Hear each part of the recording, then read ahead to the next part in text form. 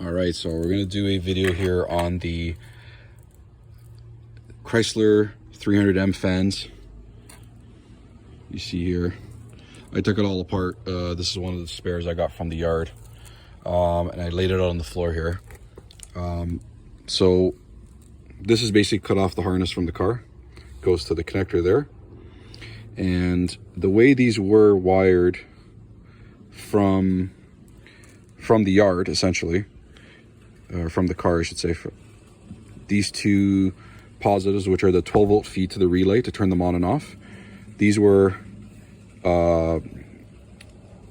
in parallel with the one of the positives here for the fans. So that was there, and then this feeds, I believe it's power to the, yeah, it feeds power to the fan here. So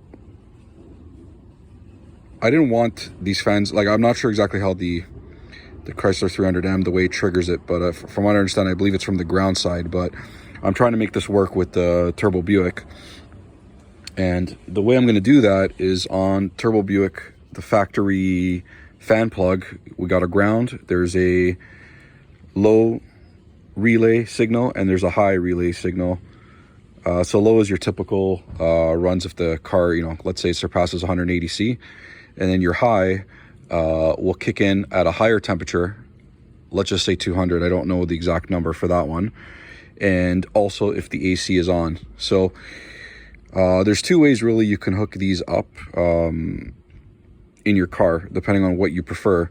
So you could wire it up that this, let's just say one of these fans turns on your low, and you know, just so you don't have too much draw on the alternator, you just literally run the one fan, and then if it gets too hot, the low relay will stay on and the high one will kick in, so two fans will turn on, cooling the car down.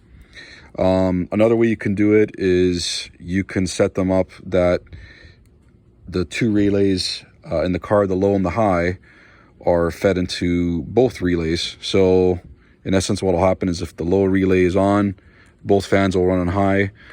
If the high relay comes on top of the low relay, it won't really do much. It'll just, because if, you know, usually the low relay will be already tripped on, the high will just, again, provide power to the relays, but it's already there from the low side. So I hope that kind of makes sense.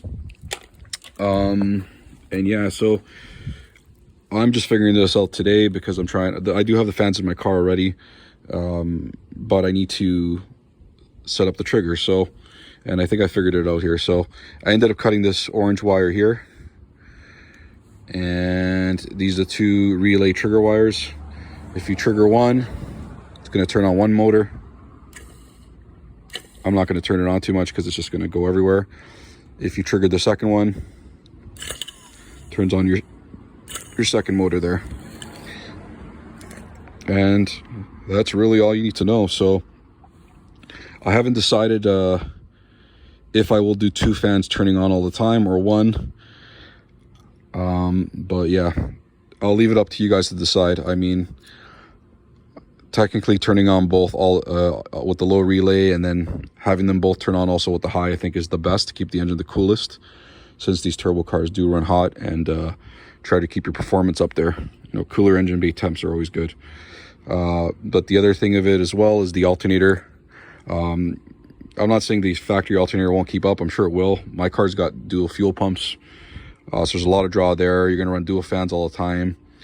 And then also the alternator is not too strong. Like at idle, it's barely, well, if anything, charging anything. It's really when you're on the throttle that you start charging your battery, but at idle, it's just literally not really doing anything. So thus the reason, I don't know, you can go one fan for the low and then one fan for the high. So let me know what you guys think in the comments, if anyone else has done this mod.